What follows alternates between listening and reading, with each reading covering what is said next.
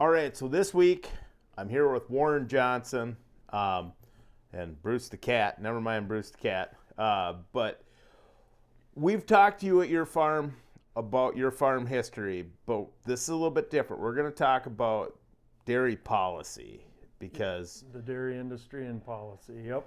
because there's a lot of scary stuff kind of happening with dairy right now. Uncertain times, that is for sure. So, Yeah.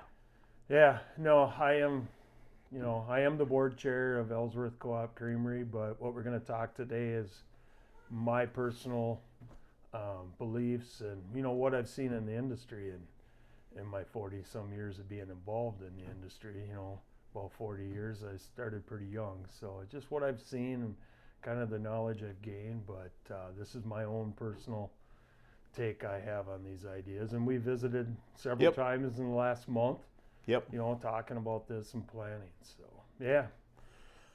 So where are we at today in dairy? Well, interesting thing I kind of learned today is, we have one of the largest herd of cows in 35 years. The number of cows Really? is the highest in 35 years, but it's the lowest herd of replacements in 48 years.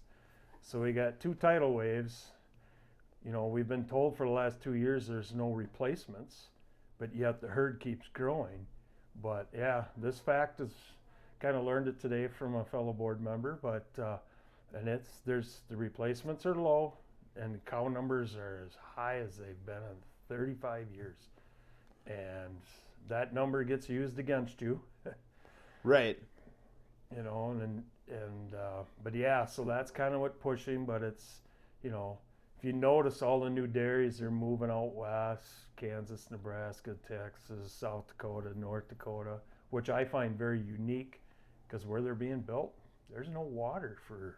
Well, and that's one of the things that really bothers me about all this happening is that all you hear about is depleting the Ogallala aquifer and how in the west there's not enough water to go around.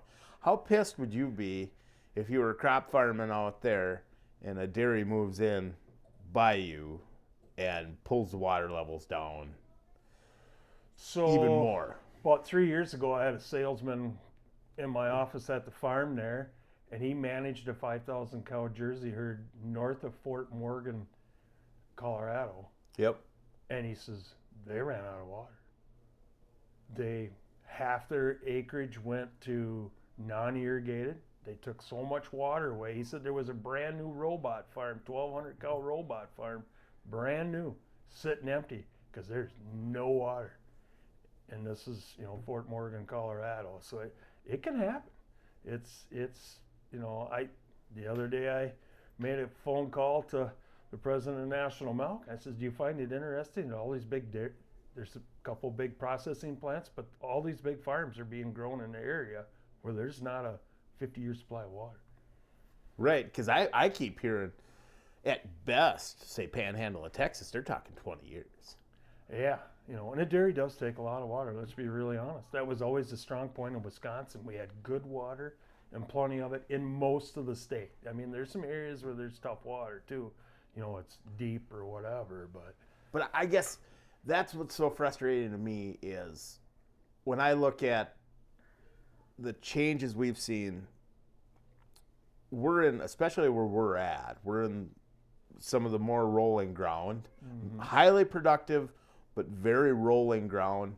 It was perfect to have dairy where you were rotating crops. I mean, it's hard to describe it the way it is now versus the way it was, say, maybe even 20 years ago when it was nothing but contour strips. And alfalfa and 2 years corn and back into alfalfa. Right. And that was kind of the rotation. You remember when, you had to meet tea, yeah, and all that stuff. Yeah. And now it's, And we had terrain that was suitable for it, and we had adequate, abundant water. Mm-hmm.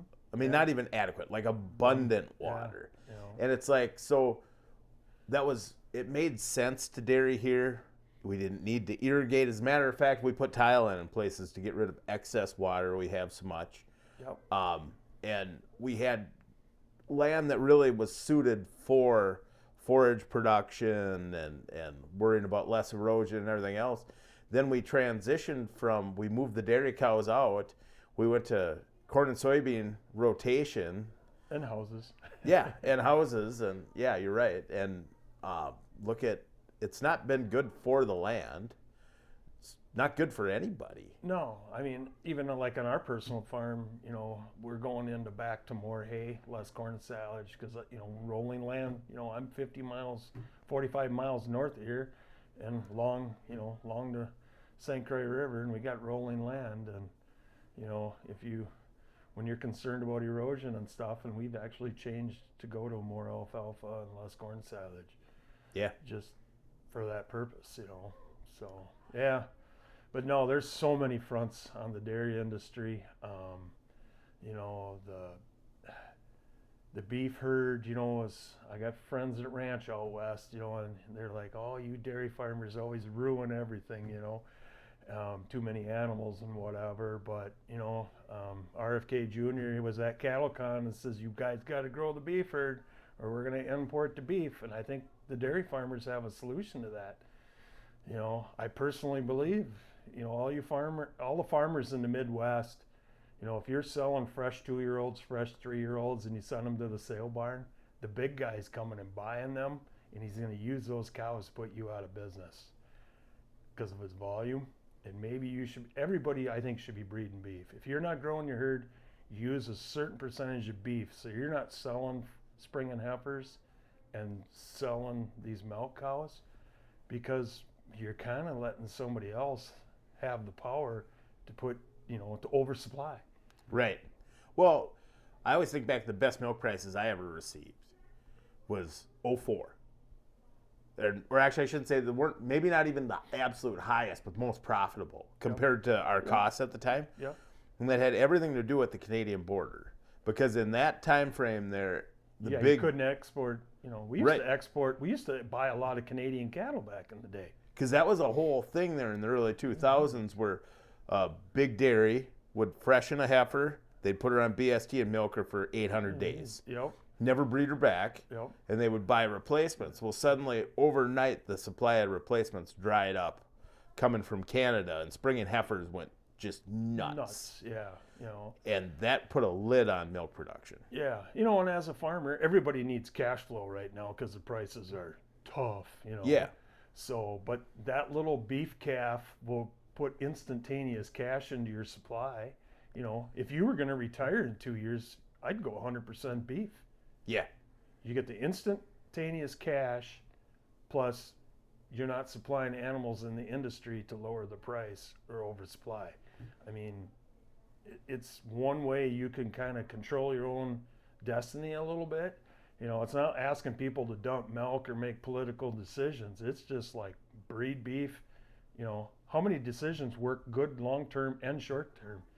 And well, do you still feel it is mind-numbing to me that we can still buy BST in this country?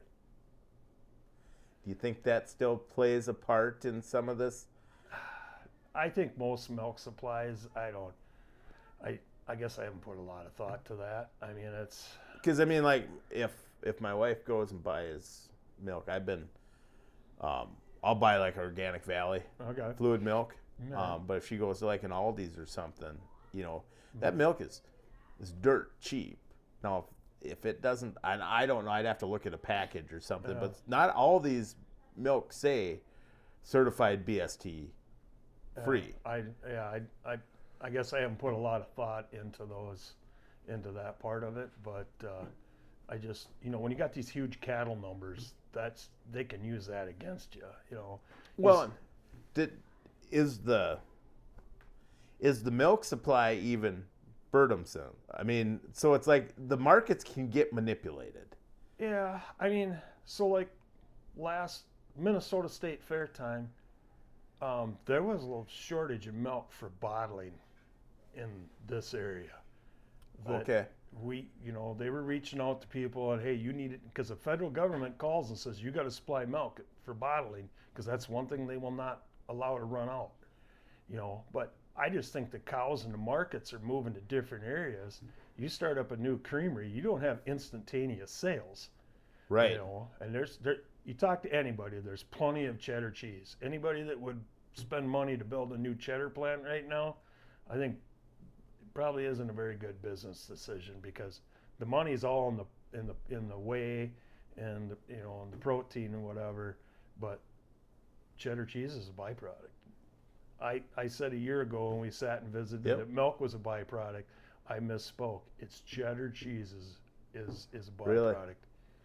Well, and it's almost getting to the point where the dairy products are going to be, you know, your byproduct to raising the beef to a certain extent. You know, suddenly your calves are. Well, you foresee sex semen being bull calves, like where they're gonna. Oh yeah, that's out there. Okay, because you can buy beef sexed male semen. Because that was always the joke when they were first getting sex semen going. I was like, I swear they're giving me the bull calf stuff, the leftovers. Yeah, no, you know. Yeah, no, but like I said, you know, the farms are doing a better job with the cows. I mean, there's no comfort and all of that stuff, but making them maybe last a little longer. But, you know, it's like if you sell a fresh 2-year-old to somebody, you know, send it to the sale barn, milked in fresh, you know, and you brag that you got $3,200 or $3,500 for her, you know, and you got the calf out of her. But did you really get paid that well? I know that's a huge number, but she's got 4 good quarters. You took all the risk. Yeah. These big farms are paying $2,500 to have their heifers raised. Did you really get paid well enough? Is kind of my question. That's where I'm really pushing farmers. Anybody asks, start using beef. The more beef calves are born, the more secure our profitability is as a dairy farmer 2.5, 3 years down the road. Well, and I'm assuming it gives you an opportunity to selectively breed, use sex semen on your best cows to get your own replacements. Yep. Use the sex semen on the best cows and use beef on the, you know, the really well managed farms, or if you got plenty of heifers, you know, you can go 50% or whatever. But yeah, I just think it's a dual avenue. I mean, if you're a farm and you're wondering what to do, you know, you ain't making enough on the dairy side, you could start your own beef herd by yourself. Keep the heifers back and grow a beef herd. If you got some land to put them on, instead of growing the dairy, take that one check once a year from feeders. I mean, there is a future there for the medium-sized, smaller-sized farms. Yeah. You know, but yeah, it's just, like I said, there's so much facing, you know, from immigration to, you know, access to milk, you know, milk markets. You know, you start hearing that these guys out in South Dakota are spending $2 a hundredweight to move their milk to a processing facility, and that's just to get it made to cheese. The freight's going to be more than the cheese is worth when you start, you know. Well, and the only place that, like, the U.S. is competitive is anything that's dry, anything powdered, non-refrigerated that you can move in the world. Yep. You can be way more competitive. But when you got, you know, butter or cheese that you got to refrigerate, it just goes sideways on you because of the cost of infrastructure, you know, the freight and whatever. So, are you worried about losing our processing in the Midwest and moving farther west? Because the way we're headed, we're losing dairy farms here. They're gaining dairy farms out there. Is the processing gonna go with them? So what I put on my long-term thought process hat, we got these huge farms that want to milk 60, 200,000 cows. Yep. And like right now, one of them is selling milk to 3 different plants that I know of. Is that just a stepping stone to the day when they walk away and build their own? Which I'm assuming is coming. Yeah. I mean, supposedly they're moving dirt, the one that I'm kind of referring to, and they want to milk hundreds of thousands of cows in a few years, you know. Yep. And if you know, if they supply 20% of your milk and they say, hey, we're leaving, and you were just a stepping stone. So if you were a patron at that co-op and they grew the co-op, took money out of your milk check to grow the co-op, Oh, you might be subsidizing that big farm someday to have its own. right. And then when they leave, then what? And that is why I'm worried about as we lose dairy farmers around here. So as we lose some more of these small farms, some of these small creameries might go. And Yeah, I feel pretty secure. We're pretty fortunate where we are in Wisconsin. You have Yep. options. 3-4 years ago, everybody was locked. You couldn't leave. You couldn't move. Wherever you were marketing your milk, you didn't have options, because there was no leaving. And, that's a little different today. yeah, But there's been some expansion and building, everybody's adding on or whatever their creamery. But, I guess I've had people say, hey, I'm 50 cows, I'm worried about getting thrown out. I'd never really realized there's that many people that are nervous about that, I guess. yeah, it's a real thing. I've had people, it's like, and, Ellsworth's been pretty proactive of, helping young farmers start or, we've always engaged no matter what size, you know what I'm Yep. saying? But not to bring that up, but I think it's also a part of our responsibility of a strong community too, is, let somebody young start, Well, otherwise it's just going to age out. Yep. Yeah, And but part of the point of a co-op is for the better good of everybody. mm-hmm. So that does need to include, the small farms and everything else, because it's better for the community too. Yeah. You know. But I've always said some of our 50 cow dairies are our future, where somebody's children come back and that farm grows. They all start somewhere. Well, and this is the head scratcher too to me, is how we got to where we are so fast, because there was always growth. There's always been growth Yep. and some consolidation. But I was just talking with somebody last week about this.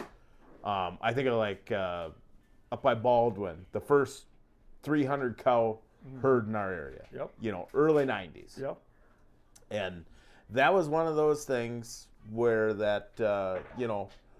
we didn't think of them as like a competition, or it was like, well, there was multiple family members milking those 300 cows. That makes sense. It'd be no different than if you had two brothers Yep. and you're going to grow the herd to 200 cows, Yep. right? Like, made sense. Yeah. I mean, there's families where there's 3-4 families. Right, absolutely. They have 1,000 cows. If you got a big family, it's really not that far out of, Yep. But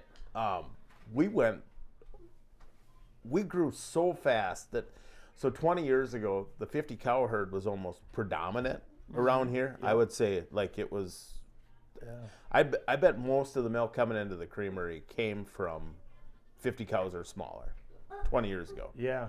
I'm just shocked that, a few years ago, the state of Wisconsin hit an average of 200. Right.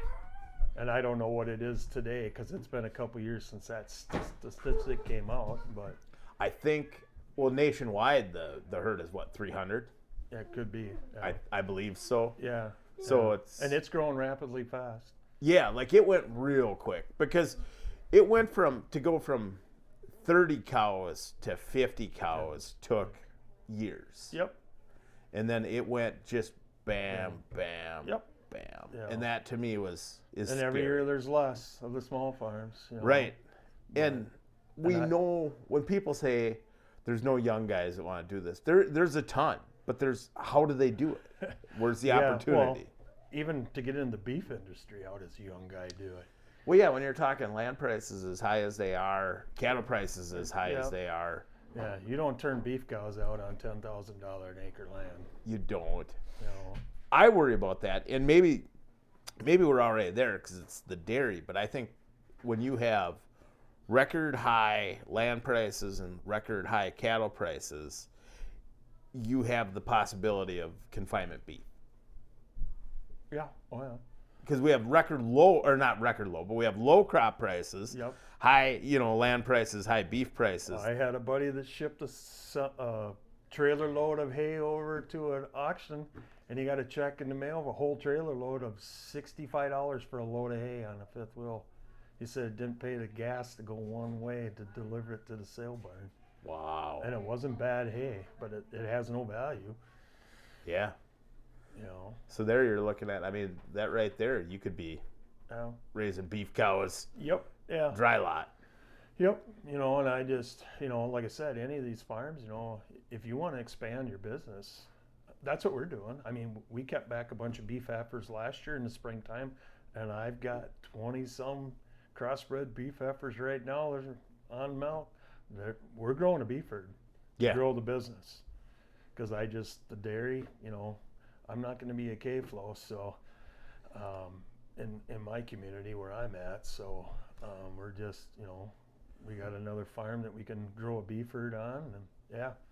Well, we're super limited. I mean, there is a large K-flow that started here, or they expanded to that level recently, but I don't think if you tried to get a second one to do it around here, it'd pass. I mean, it's tough. I mean, your family has to be well known, I think, and well regarded, because there's a lot of there's a lot of headwind. There's a whole lot of legislation being passed to put an end to this. Yeah. No, it's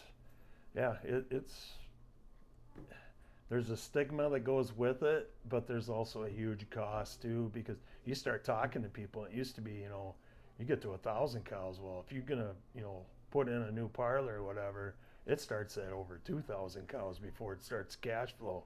Yeah. And it just ramps up with all the regulation and, you start building these 20, Ipswich, South Dakota. I go pheasant hunting out there, and there's a 25,000 cow dairy that's set to start.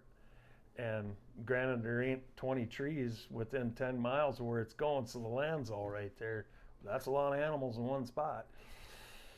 Yeah, and I wonder what that's going to do out there. There isn't enough population out there to necessarily, like, if you had 25,000 cows around here this close to the Twin Cities, you would have so much resistance that it'd never be allowed to happen. But if there's no one out there, I'm sure the crop farmers, they got their corn at 60 cent under basis. They're probably jumping up and down. Sell feed. Sell them feed. Them are the ones that are going to come out. But where's the infrastructure? But I'm sure they thought this all out before they did it. But it's all going in a place where you're probably welcome too. Yeah, to a certain. I have heard some horror stories of they came in, we're going to buy feed, and then they just said, well, we'll start buying the land. Yeah. And this might be an area where land might be cheap enough. Right. Yeah. So especially if you're moving your California dairy. Yep. They got cash. Yeah. Yep. Or even you could sell your dairy around here and probably buy out there and get what? Yep. 3 to 1. Yep. Maybe more. Yeah. So. But your yield is less. I mean, because when I was out there last fall, they're like, how many acres do you think this is going to take? And I'm like, with your yields, I mean, yields will go up, but I'm sure 4 acres a cow ain't going to cut it. Yeah. Wow. Do that math. So I always used to figure 3. Well, I mean, 125 to 150 bushel on a 10-year average. Oh, yeah. Well, I mean, it's beef cow country. Yeah. There was all grassland 10 years ago. Now it's all row crop. Right. But, 3 crops of hay maybe. You're going to add 20-25% compared to, good land in Minnesota or, Yeah. So you do the math. That's a lot of acres. Well, and even if the processing does move, which, if they're building the dairies out there, they're going to get processing eventually. There's so much milk out there. There's supposed to be one going in South Dakota or Morris, Minnesota. I haven't heard what town, but you're still going to have massive transportation costs getting everything to market. Yep. And that don't, which it's way easier to haul a full tanker load. Well, it's cheaper to haul a trailer load of cheese than it is to haul a trailer load of milk. Yep. Yeah. But I mean, I can remember back in 2014, I was in Montrose, Colorado. They had 3,500 cow dairy in Montrose, Colorado, in the center of town. And it was their last year. They were done. The cows were going to they went to Greeley, Colorado, but the family was retiring because the town grew completely around them. But he said our milk had to go all the way back to Denver. And they had a windrow of bulk tanks like you would, unbelievable. Because in the wintertime, going through the mountains, you didn't haul milk every day. Oh, wow. And he says they basically had to go out of business because no infrastructure. They were the last farm left. Yep. And everything went to the east side of the state. That's when Greeley and all that area, eastern Colorado, really started to grow in the dairy industry. So. Yeah. Because it was always big in beef for feedlots. Yep. But a lot of them got bought up and then converted into dairy facilities, and then they started building freestall barns. Okay. But 4 years ago, I was out in Aurora, Colorado, and at National Milk of all the places, I met a young man from Malta, Idaho, and he was telling me they're open country, dry lot cattle, and 5th generation married into the farm. I don't know if they milked 5,000 cows, and he was telling me that there's only so much water. But after a bit, he told me he's going home and building all new freestall barns, and he's doubling the herd size because he said his broker could find a home for the milk. And I kind of looked at him. I says, "So you're going to do twice the work and make the same amount of money?" And he looked at me. He says, "Nobody's ever talked to me like this before." And I says, "Well, you didn't tell me you were going to sell the milk for a profit. You just said that the guy would get rid of the milk for you." Right. And it was going to get trucked a long ways, he said, but he knew that they were on a limited supply of water. I don't know if he ever built, but when I called him out on it, he's just like, "Nobody's ever talked to me like this before." So, well, and that sounds great. You've got a broker that's aggressively looking for your milk, but when COVID times hit, you're the first guy left off the truck. Yeah. That's where to me, it seems like it's a house of cards they're building this dairy infrastructure on, with limited water and. Well, the growth has been so fast. Yes. You don't think about, as we get a little older, we maybe take a longer look at things. What's this going to be like in 30 years, or what this is. But like I said, in my position, I worry about, where do you as a member of a co-op, how do you fit into this? Do you want this in your those style of farms? I mean, it's a whole nother level of questions. Well, I say this all the time. Co-ops are the solution, and they're also the problem. So well, there's a difference between a well-run co-op and a poorly run right. co-op. But if you have a CAFO that's shipping the same milk to a guy that's milking 40 cows with a tie stall barn and the cows out on pasture in front of it, that 40 cow guy with the cows out on pasture is worth an awful lot for marketing. Yep. Well, But I've mentioned that the little red barn, you need that on your label to sell the milk. Right, and that's where I think there's a lot of people that are buying organic milk that aren't even that concerned about it being organic. They're more concerned about the lifestyle of the animals and the lifestyle of the farm. Yep. And what that means. So I think that there is a real marketing opportunity if you have. There's been talk about pasture milk, stuff like that. I get it. I mean, I got cows. My cows go out on pasture, even though I got a freestall barn. They all get time on pasture. Yep. And but it's a marketing tool. Yeah, I think there is for that. But the CAFO, it's hard to market a CAFO. Yeah, but they're, like I said, I got friends that have them, and they're well-run, clean, neat, beautiful farms. Yeah. But to people that don't understand, it's fact that to them that's factory farming. Yeah, and fortunately, we really don't have in this community, at least in my community, the outside money. You know, these guys from states away, they're in the community, but where they sell their milk is not where I sell mine. So, well, and I always wonder when they talk about investors in a dairy.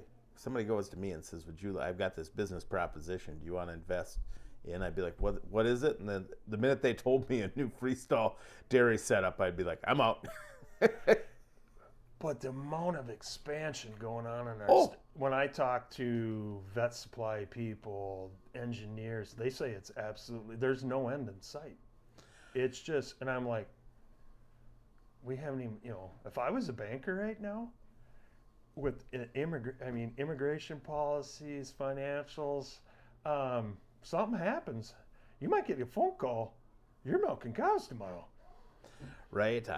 I wonder if, yes, you have expansion, but that doesn't, you can grow your farm and not make any more money, right? Like it's just, I mean, there's a lot of farms that families have been in a long time and are very well heeled, have a lot of, you know, but boy, I'd have to, you know, and I know people, you know, their parlors are wore out, but if we're going to put in a 40 cow rotary parlor, we got to milk a whole lot more cows, you know, and how many more can, you know, I know some few people in Polk County that are talking, you know, 3,000 cows and putting in some 40 cow rotaries, and I'm like, oh, that's right now in this day and age with everything the way it is, that, you know, it's different if the son comes home and we're gonna, you know, add 100 cows on the freestall barn or whatever. Yeah. But which I always talk about the 50 cow herd, and I always use that as the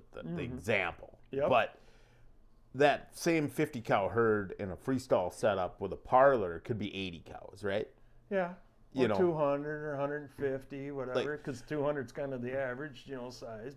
But I mean, you could, one guy even can milk 80 cows easily. Yeah. And you talk to milking equipment people, robots ain't going to do it. No. If you want to milk, you know, under 400 cows, 200-300 cows, and you like that lifestyle of a robot, that'll work. And, you know, I know people that have them that work fantastic. But you ain't milking, you know, to milk 1,000 cows or anything like that with robots, you know, with the cost of interest and the maintenance and whatever, it really, everything is getting pushed to a big number because of, like, the rotary parlor. You know, they're very labor efficient, they're impressive, but, you know, the price tag tells you how many cows you got to milk. Yeah, we're growing just. Efficiency and profitability are two very different things, I always say, where it's like in the crop farming thing, you could say, all right, well, if we had a bigger combine, if we had a bigger dryer, if we had a bigger planter, if we had more semis, we could do more. Mm-hmm. But doing more doesn't necessarily mean it's worth doing more. Because like with the crop farming, you could have the desire to run more land, but that doesn't mean you're going to make any money. If you doubled your acres today, you said, okay, I'm going to run twice as much ground. It's not like there's unlimited ground out there. It's yours for the taking. Yeah. It's not that way. So gaining efficiency sometimes your land costs might go up across the whole board if you go out and start bidding up. You'll actually make less money running more ground. Yeah. And that's something that I kind of think about with this. And with the dairy, yes, theoretically, as long as your permit will allow you to add more cows, you could add more cows. Because it'd be easy enough. Let's just say you're milking 200 cows and you had 400 acres. Yeah. You could add another 100 cows, and then you're buying some more Western hay. You're buying your shelled corn. Yep, buy the corn from the mill. Yep. Like there's a way of doing that. But to invest in depreciating assets, you have to think long and hard, because freestall barns wear out. Parlors wear out. Yep. You know, we're looking at 100-year-old barns that are still standing. That doesn't think about how well some of these tie stall barns lasted. Right. That just isn't well. And actually, it's kind of funny. There's 100-year-old tie stall barns that are still fine, but there's Lester single-story barns that were built in the 90s. Well, built in the 90s even, that are in tough shape. Yeah. Well, the stalls, I think the steel was actually poorer quality Yes. You know, when my dad first moved to the farm in '60, he went and tore out stalls, used ones, and put them in. And when we were done in the tie stall barn, they were still the best steel in the barn, and it was used when we put it in there. Right. And we put stuff in the '80s that was junk. Yeah. So, yeah, these freestall barns like have a life expectancy, and that's it. It's no different than the hog barns. You know, hog barns will wear out, and because the biggest thing is roof steel. You know, the environment. Yep. You know, it's starting to show up. You know, around the nail holes and the rust, and you know, it's a corrosive environment. Then the rafters start getting a little wet. Yeah. And before you know it. Yeah. You know. So, but yeah, it's but the big thing is, like I said, it's interesting where all these farms are getting pushed out into areas that the dairy's never been. They're very welcomed out there. I get it, but I had a guy at Louisville tell me, he said, you're wrong about the big dairies, he said, because he goes, they're a wonderful thing, because he was from northwestern Minnesota or North Dakota, one or the other. And he said, this is a wonderful thing. We had this giant dairy get built there. And he said, during COVID, he said they kept the bar and the restaurant in town going because they were buying meals for their 30 employees, he said. And I said, okay, that's fine. And I forget how many thousands and thousands of cows it was. I go, but I said, so 30 meals a day they were buying from the local community. He goes, yep, kept the whole little town going. Yep. And I go, so that same number of cows was like 2 or 3 counties back in Wisconsin. I said, what do you think that did for the community when that was all spread out in 40 cows at a time? Yeah. I mean, there was implement dealers, there was grocery stores, there was, restaurants. I mean, heck, there was 20 restaurants, 30 restaurants that lived off of those small farms. Yeah. Well, even thinking, you sent me that video of where they were talking about consolidation and getting really big really fast. First thing that went off in my head is, so it's going to hurt John Deere, Case IH, Caterpillar, because if you go all big, who's buying the used stuff that's getting traded in?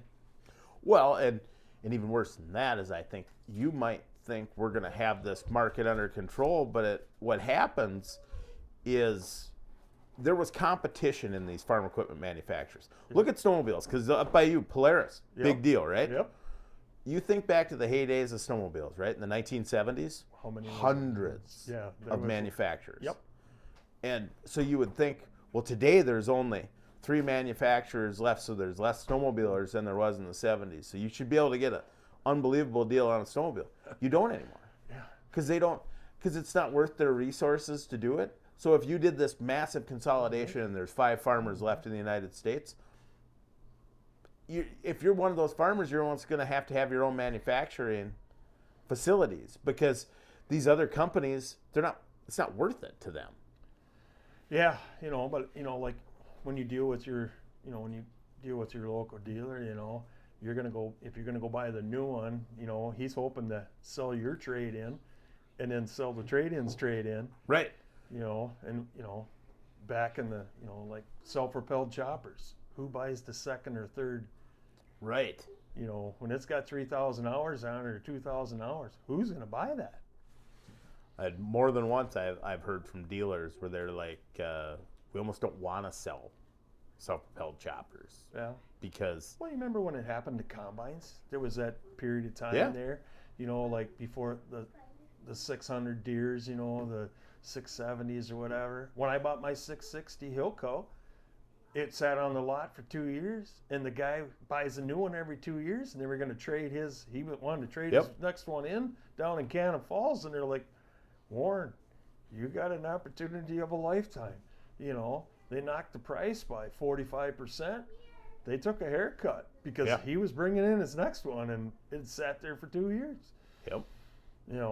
And that kind of happens every once in a while. It's, the farm economy, there's a few combines and corn planters, but there ain't near the corn planters being built today. So there's actually probably going to be a shortage of good used corn planters in a couple years. Yeah, there will be. And as we get more consolidation, yeah, you're going to end up with a real predicament as far as this used equipment supply isn't going to be there.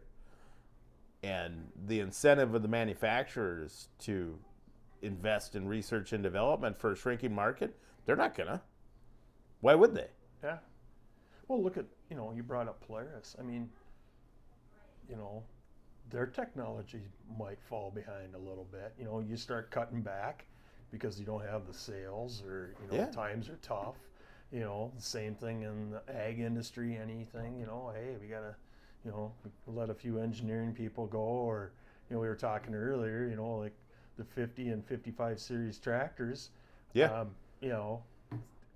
Farm economy sucked. They weren't selling enough tractors, so they maybe ran a series a year or two longer before they went to the newer series because they just didn't have the sales. Yeah, and I think this thought that if we're going to be all consolidated, that we'll have the market right where we want it. On the other hand, the market's going to have you right where you want, because the massive debt and the overhead that you have. Yeah. So like this idea that we'll consolidate in the United States and then we'll become a superpower because our costs will go down. Your costs are still going to be way higher than they are going to be in you can't have free trade with countries that have a lower standard of living. I mean, you hit the nail on the head right there. If they don't have any money, the United States cannot export ourselves to profitability. I don't know when the grain market's ever going to turn around. It's going to take a natural disaster of a huge proportion to, Yeah, because how are we going to compete with South America where there is massive... How many millions of acres have they got waiting just to be online? And that's where the only reason we have any leverage is we have countries that want to buy, that want access to our market to sell. Yep. If you ask me, we'd be better off with some protectionist markets, but that drives the middle class. Bring our manufacturing back to this country, which we should anyways, just from the standpoint of national security. I mean, look at what happened in World War II. Yeah. We used all our industries to... My dad always told me the reason we won is we were able to feed our boys. Yeah. So I worry from a national security standpoint why we're not... It makes no sense to me that we're trying to trade with countries that we end up undercutting our other industries to make deals to get this done. We'd be better off, instead of importing stuff, there's nothing that Canada and Mexico produce that we can't in this country. Yeah, I mean, there are neighbors, so I understand the trade with them and, efficiency of, logistics. I mean, Mexico buys a lot of cheese from us. But Mexico is working on their own dairy industry. Oh, yeah. I brought this up to you. Big time. We trained all their employees. Yeah. And we sell them a lot of corn. We've always had to, I was fishing last fall with a bunch of Canadian farmers. That was kind of interesting, but we both sat in the boat and said, yeah, we're both living, farm and fly over. They have the same problem we do. They have tariffs in Canada. Yeah. That's why their canola went to absolutely nothing, and China quit buying all their canola. Yeah.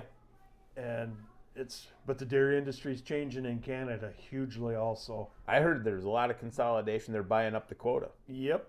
These, and the Hutterites and the Mennonites, and they bring their money together and they're building 1,000-cow dairies, and these people have got 50, 100 cows. They sell their quota, and it's a great retirement plan, but there's just as much change going on in Canada as there is in the United States.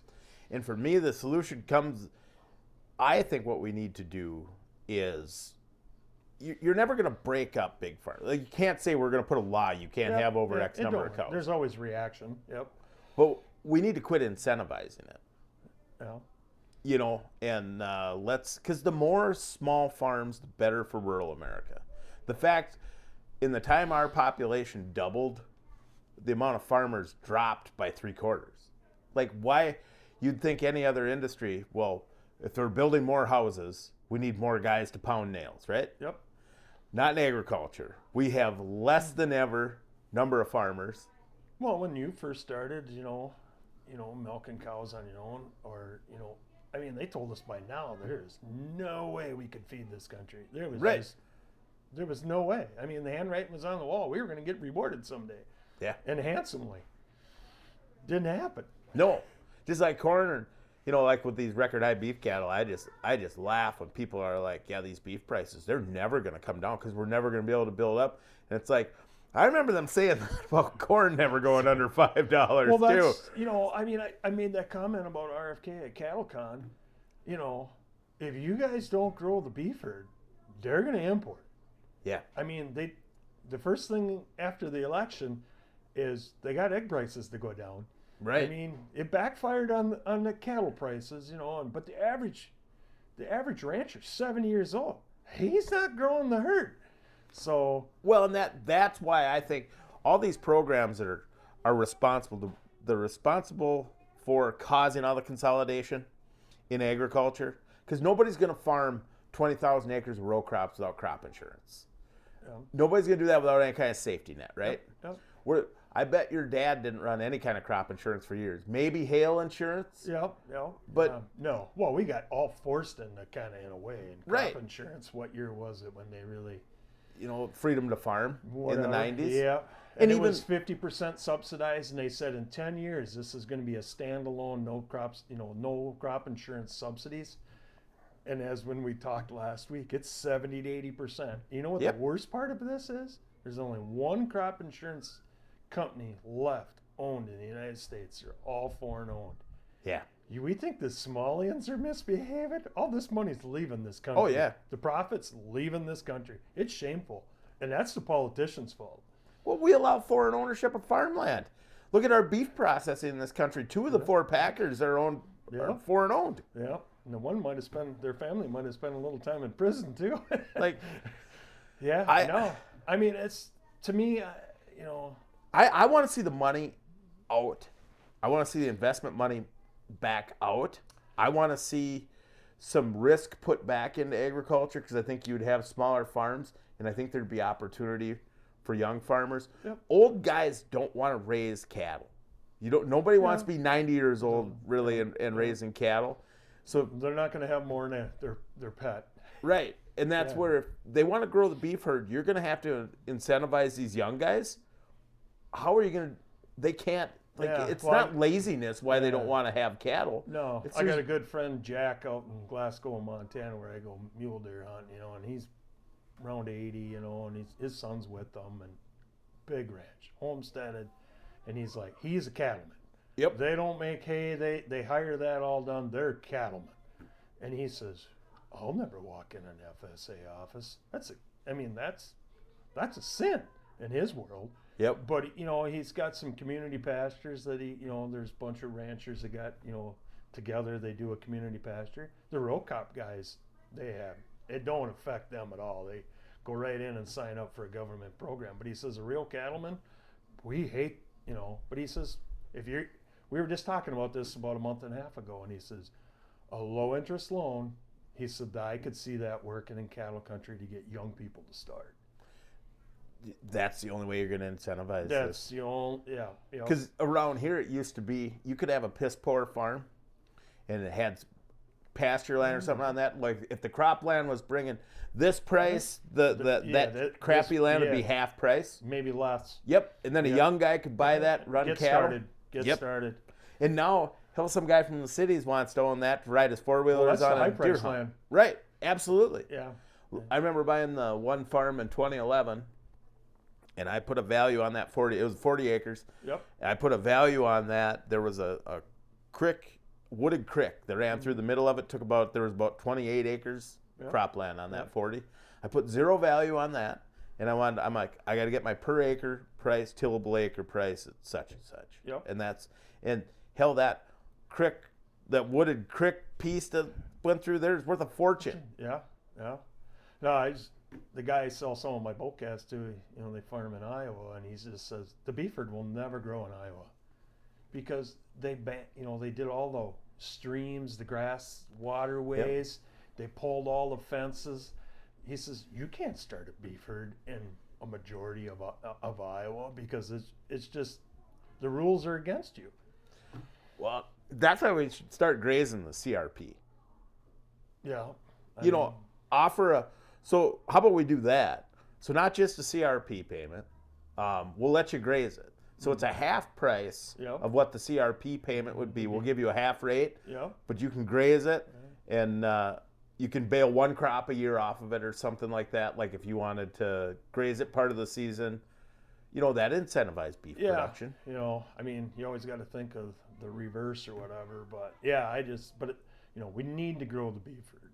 Well, we don't have enough beef in this country, and we have too much corn and soybeans. So you would think the solution would be to fix that. But even crop insurance, it's not a solution to the farm economy. No, because it incentivizes overproduction. Yeah, I mean, you couldn't sell a bushel of rye right now if you tried to. No. I know somebody's got 2 years worth of wheat in their bin because there's no market for it. So I see more corn and beans this year because, people were trying to raise small grain, do this extra stuff, hay. I mean, and you can't sell it. There's no market for it. No. And that's why, look at the bridge payment. You'd think, well, if we don't have enough cattle in this country and we've got too many row crops, the big payments would be on hay. There is no hay payment. Yeah, my payment wasn't, near what I thought because it's like, I did grow my hay acres by that much. Yeah. To feed my dairy herd, but, That's why we got to diversify in this country. Just nothing but corn and beans and then more protection for it. More protection of the corn and beans is only going to lead to even more corn and beans. Yeah, I mean, it's the only currency there really is. Like I said, you couldn't sell a bushel of rye if you tried. Right. In wheat and, I mean, oats you can sell a little bit if you got good enough stuff, but there's just no demand for the other stuff.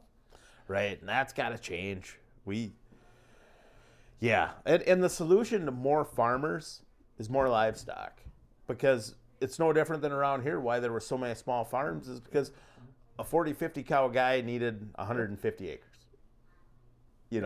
Where if you were cash grain, it took 3 times as many acres at the time, So, and we never really had any hogs in our community. I know you talk about in this community here, there was hogs. We had like 1 hog farmer in this, probably 4 hog farmers in the 2 townships around me, into about 1980 or whatever, but there just wasn't a lot in our area, but none of them were really finishers either. So it's something like that you can do. When you go to Iowa and like Torque and Sawyer, they talk about how competitive it is in their communities for corn. They actually might have a positive basis for corn. Yeah, they're a corn deficit. Yep. Place. Yeah. And we're not. The amazing part to me when I look at Pierce County is our corn acres haven't grown at all in the past 50 years, basically. They're about the same, give or take. All right. What has changed is 50 years ago there was a few thousand acres maybe of beans, and then the vast majority was hay and small grains. Yeah, soybeans really showed up in 1990? Yeah, yep, they took off. Yep. And that the acres on the hay and small grains dropped. Yep. Corn has stayed the same. The only thing that's changed on the corn is yield. Acres harvested for silage. Yeah, South Dakota used to be the corn silage capital of the country. Yeah. For the beef, but yeah. Yeah, we need to take a serious look at this. No more crop insurance, more subsidies for corn and soybeans aren't going to fix this. It's only going to milk insurance. I mean, it's no. We need, when you take the risk out of something, you take the profitability out of it too. Yeah, no risk, no risk, no reward. So let's incentivize, and I think diversity we need more diversity. Like you said, with the beef herd, diversifying your dairy herd. Yep. I really think anybody that's, looking for an avenue or whatever, I think a beef herd, in the next so many years, there's options. Yeah. If you got some marginal land with some fence around it, you can run beef cows on corn stalks in the wintertime. Hay, don't take much. Nope. That's an option. Well, and diversity is what was preached to get through the tough times. Yep. So in the 80s, to get through that was diversity. And then in the 90s, they said, you need to specialize. And look what it got us. Yeah. I mean, you got really good at what you did.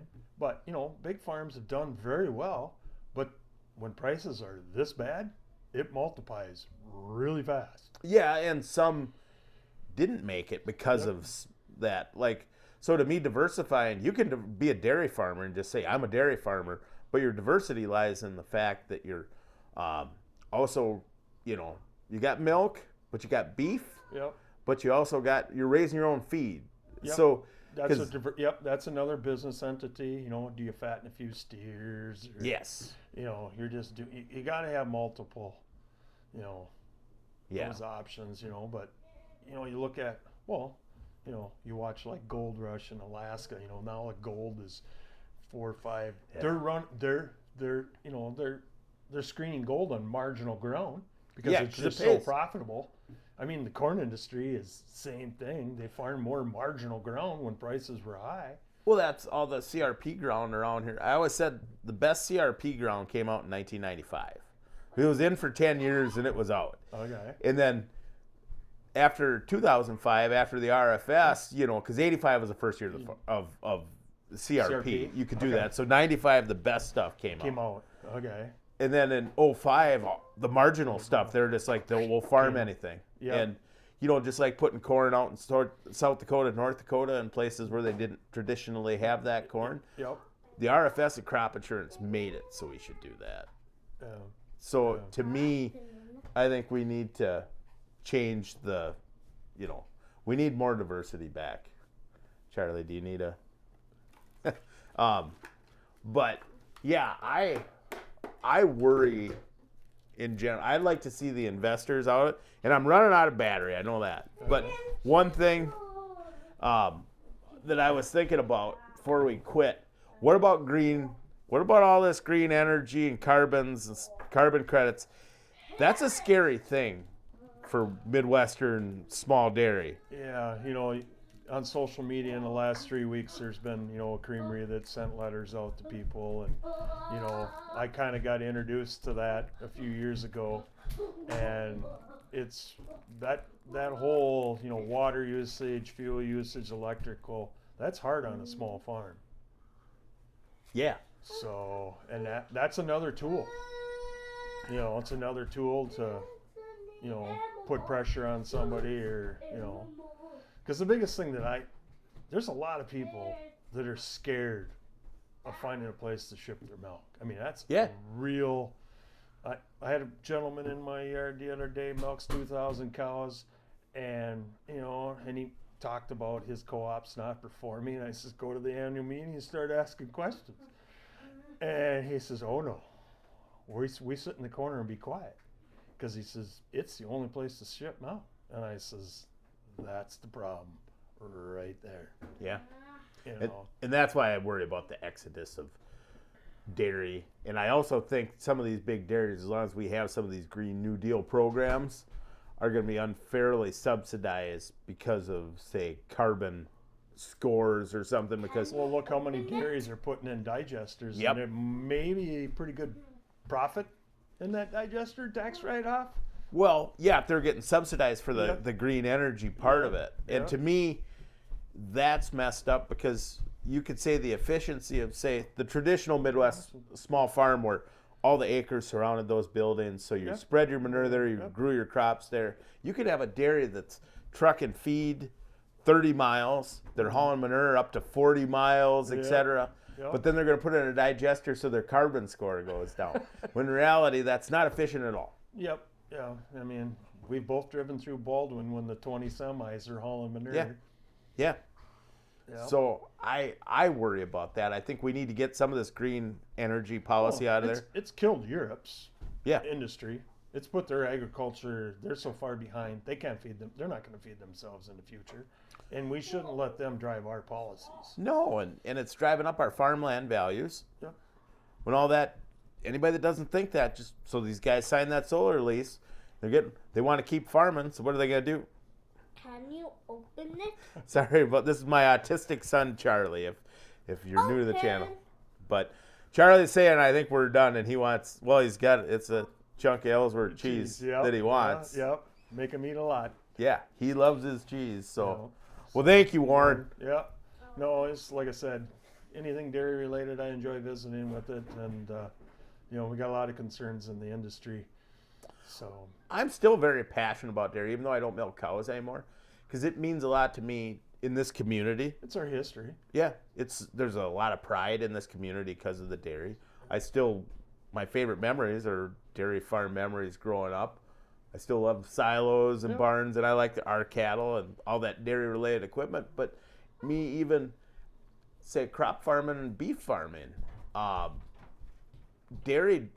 If the dairy industry goes away around here, what are those acres going to go to? Yeah. Corn and soybeans. Corn and soybeans. Or houses. Right. Houses, I think, is the next, our development is real. I mean, Yes. there's a massive exodus in Minnesota. Yes. Pierce, Pepin, Polk, St. Croix County. St. Croix County probably the most. Their Yeah. land values have doubled or Yeah. tripled because they want They want out. They want out. Yeah. So And it's I worry about this stuff. I think I'd like to see major changes in agriculture. Be good for. Yeah, and our discussion today is just to draw up thought. Yeah. If you don't talk about it, people worry about the throwing arrows or whatever, but I'm a big boy, I can handle it. But I've just seen what's happened in our industry. Yeah. Well, it's not. I say this all the time. Anybody that thinks there's nothing wrong with the way it's going, it's like there was, hundreds of farms, and now you have a quarter of them left. Yep. And then you wait another 10 years, and now you're down to an eighth of those farms. And then finally it gets down to there's just a couple left, and it's like, well, we got a problem, and there's no other farmers there to stand up for you. So in my township, I'm the last dairy farmer left. Yeah. And you think about that, how active you stay in the community and in your standing in the community. Because if they all said one day, we don't want that farmer in our community, it can make your life miserable. Yeah, we don't have the numbers and the power anymore. So Yeah. we got to start fixing some of the stuff before it gets even tougher. Yeah. 'Cause we will have less strain. Yep. And unfortunately, a lot of these people that are moving into this area aren't people from farms that have any. Well, there's less and less tie all the time. Yeah. 3 generations ago, every factory in town, somebody was either, like 2 Related to a farmer, Yeah. knew a farmer, etc. Yeah, no different than at the creamery. Half the employees come off a farm. Yeah, there were a lot of farmers that worked there. Yes. While they farmed. Yeah. And it all, that resonates in here. Hey, we're working for this group of people. I do my job well. My family does Yeah. well. And It's good for nothing everybody. against people there now, but everybody's more removed. Well, and if we don't start fixing this thing, the idea of having more farmers in the future goes away because there are no farm kids coming up. Yeah. Well, look at the oil industry. Me and you know nothing about the oil industry. Right. We use it every day in our lives. Yeah. But go to Oklahoma, Texas, and those people are like, they probably have the same concerns as we have as in the dairy Yeah. industry. Yep. Because if you don't understand that industry, or you're not tied, family members aren't tied to it, Right. everybody gets kind of callous. Just like mining, I don't understand mining. I mean, you want to open up a gravel pit, you want to start a mess in a community. Yeah. I mean, people get nuts over that stuff. Oh yeah. But just any kind of something that's not normal. Yeah. Talk about something that's not normal. To a community, it really gets a reaction. So. Yeah, we need to protect our agricultural heritage. I Yep. think. Yeah. So it's important, and I think as a country we're better off with more people getting the learning experiences on a farm. I think we're better as people. Yep. They're in a better place to raise a family. I mean, your family's way younger than mine, but it's a great place to raise a family. It'll help you in life, even if you don't continue to farm at all. That experience is invaluable. I mean, it'll teach you so much. That's one thing like livestock teaches people the cycle of life. Oh yeah. You take your children out and see a newborn calf, and they'll see death, unfortunately, but it just trains them for life. I mean, livestock teach people so much stuff. Yeah, and there's a satisfaction and a feeling of seeing that come from your work and come from Earth, and it's that connection to God, faith, and all that stuff. It's hard to be an atheist and be a farmer, isn't it? I never thought of that quite that way, but that's probably a true comment. Yeah. I mean, you need rain. You pray for rain, so. And when you look at the way it just all kind of works, it all works. Yep. Yeah. Well, like I said, I like crop farming. It's going to take a huge disaster. There's nothing else you can talk about to change the forecast of row crops right now. Well, and that's why we got to quit incentivizing it and then put some diversity back. But I suppose Charlie wants his snack, and I'm gonna run out of batteries. So good to visit with you. Yeah. Well, thank you very much, Warren. Yep.